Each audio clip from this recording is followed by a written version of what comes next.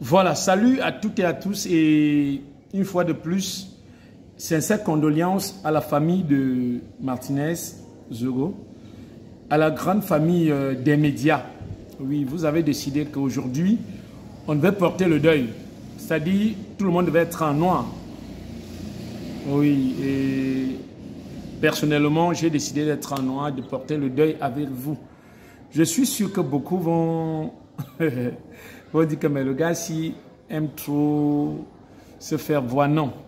Je voudrais juste vous rappeler que en dehors d'être piètre comédien, piètre humoriste, comme certains le disent souvent, j'ai fait beaucoup d'années dans des médias, dans les radios, comme animateur. Oui, comme animateur. Donc, je pense que j'ai le devoir de soutenir, j'ai le devoir d'être avec ces hommes de médias. Parce que même jusqu'à aujourd'hui, je suis encore à la radio. Oui. Autrefois, j'étais même à la télévision. J'ai fait presque 8 ans à 10 ans à la télévision. Mais, je voudrais que les gens comprennent que le deuil ici, ce n'est pas le deuil des hommes des médias. C'est le deuil de tout le monde. C'est ton deuil, c'est mon deuil. Oui, c'est le deuil de tout le monde. Je vais vous expliquer. Je vais vous expliquer. C'est le deuil de tout le monde. Est-ce que vous savez que le média, c'est le 4e pouvoir? Je dis bien, le média, c'est le 4e pouvoir. Et je suis sûr que beaucoup ne savent même pas pourquoi on parle souvent du 4e pouvoir. Oui. Moi-même, je pense que, au moins autre là, je connais un peu pourquoi on parle du 4e pouvoir. Je voudrais vous rappeler que lorsqu'on parle du pouvoir, on a d'abord 3 pouvoirs qu'incarne l'État. Je dis 3 pouvoirs pour l'État seul. 1. Le pouvoir exécutif. 2. Le pouvoir législatif. 3. Le pouvoir juridique. Oui, le pouvoir juridique. Ça, c'est 3 pouvoirs qu'incarne l'État seul. Maintenant, le 4e pouvoir est là pour faire le contrepoids. Pour faire le contre-pouvoir. C'est-à-dire, pour contrôler, pour informer. Oui, pour nous informer des actions des autres pouvoirs. Et dans un pays où on parle de la démocratie, qui est le pouvoir du peuple, par le peuple, on se doit de laisser le 4e pouvoir se mouvoir afin d'éveiller le peuple. Donc je voudrais donc vous dire, si aujourd'hui le 4e pouvoir est muselé, si aujourd'hui le 4e pouvoir ne peut plus aisément s'exercer, si aujourd'hui le 4e pouvoir a peur de se mouvoir, c'est le peuple qui doit souffrir. Parce que les 3 autres pouvoirs marchent ensemble. Surtout dans un pays comme le nôtre. Quand on parle du pouvoir exécutif, si je ne me trompe pas, c'est incarné par le chef de l'État. Le pouvoir législatif, je pense que c'est les députés, c'est le Sénat, et le pouvoir juridique, qui sont les magistrats et d'autres. La Cour constitutionnelle, comme on le dit souvent. Vous voyez que si le 4e pouvoir n'est pas là, nous sommes finis. Voilà pourquoi je dis que chacun de nous devait porter ce deuil et demander que justice soit faite. Que justice soit faite afin que les choses comme ça ne se répètent plus. Oui, afin qu'on ne se retrouve plus dans des situations pareilles. Voilà pourquoi je dis que c'est un deuil national, c'est ton deuil, c'est mon deuil. Donc que l'âme de notre frère repose en paix, mais qu'il sache que sa mort n'est que le début d'un combat. Que je vais demander ici qu'on ne baisse pas les bras. Oui les gars, les journalistes ne devraient pas baisser les bras. doivent pas baisser les bras, ils doivent faire le combat jusqu'à la fin. Parce que je suis qu'on attend juste que vous, quand on gesticule, comment on gesticule là, après on se fatigue et on dit ok, c'est tout. Mais je dis non. Peut-être avant on n'a pas fait ça. On n'a pas fait ça parce qu'on n'était pas informé, il n'y avait pas les réseaux sociaux comme aujourd'hui. On sait qu'on a eu beaucoup d'autres cas. Oui.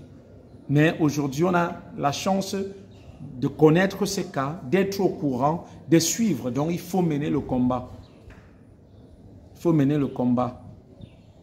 Parfois, en bon ignorant, oui, en bon ignorant, parce qu'on dit souvent, celui qui ne sait pas, mais qui sait au moins ce qu'il ne sait pas, c'est un ignorant, il faut l'informer. Et c'est ce que je suis.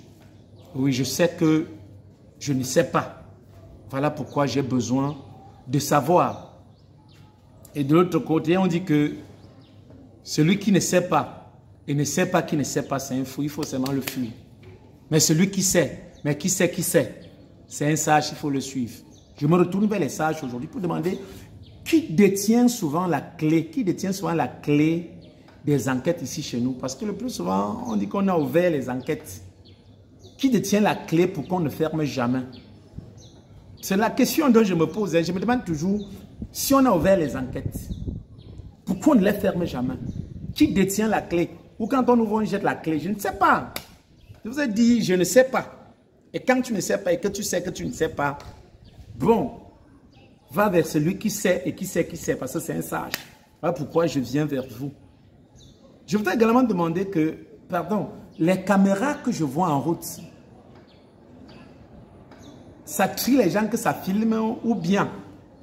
Parce que je me dis que ça filme peut-être rien que les commerçants qui inondent la chaussée, ou ça filme aussi les bandits, les agresseurs.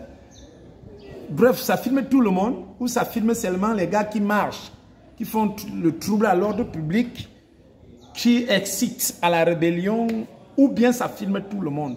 C'est sur le passé. Je voudrais juste demander si sur l'itinéraire de notre frère, il n'y avait pas de caméra ou à l'heure là, il n'y avait pas la lumière ou les images ne donnaient pas. C'est juste une question, hein? C'est juste une question. Je la pose juste. Et que ceux qui savent, comme je disais tout à l'heure, m'informent aussi. M'informent aussi. Oui, c'est une question. Je voudrais également rappeler aux journalistes, quand je regarde souvent les films américains, les films français, tout ça. C'est ce qu'on appelle les enquêtes impossibles. Donc tu regardes parfois, dans le film, c'est les journalistes qui mènent les enquêtes. Parfois même, on est obligé de les mettre sous protection. Parce qu'on a vu qu'ils sont sur une piste. On les laisse, on les protège pour qu'ils mènent l'enquête. Chez nous, il n'y a pas ce genre de journalistes. Ou c'est, on fait que le genre que bon, on écrit le papier, on dit qu'on a écrit, on fait comment? Ou bien, je ne sais pas. Parce que moi, je regarde souvent, c'est dans les films que je vois ça, ou c'est les films. Bon, peut-être c'est seulement les films, hein. Excusez-moi, peut-être c'est rien que le film. Parce que je vois souvent dans les films comment la police, comment les enquêtes. Parfois, c'est un journaliste qui vient après mener les enquêtes pendant que la police est de son côté. Le journaliste, parfois on arrête même le journaliste, parfois on menace même le journaliste. Et parfois même, on part jusqu'à ce que, bref, on dit qu'on met le journaliste sous protection parce qu'il a des informations clés, que si on s'amuse, la mafia va... Nos journalistes ne savent pas où il n'y avait pas l'autre genre d'école là, ici. Bon, bref, comme a dit, je pense que c'était notre ami Serge Tamba, la déontologie. Et la déontologie, et il avait dit quoi là, que ça n'existe plus, l'éthique. La déontologie n'existe plus au Cameroun dans le journalisme. Donc, c'est-à-dire, tu écris ce que tu as écrit, si on te donne à manger, tu manges, tu ne dis plus rien. Bref, bon, je demandais juste si on ne fait pas ce genre de choses chez nous, ou peut-être c'est seulement dans le film. Donc, je voudrais également dire pardon, qu'on ne baisse pas les bras, qu'on essaye d'aller jusqu'au fond, que justice soit faite pour notre frère. Parce que je vous dis, rappelez-vous encore ce que j'ai dit à l'entame, qu'il existe 3 pouvoirs, comme on a dit.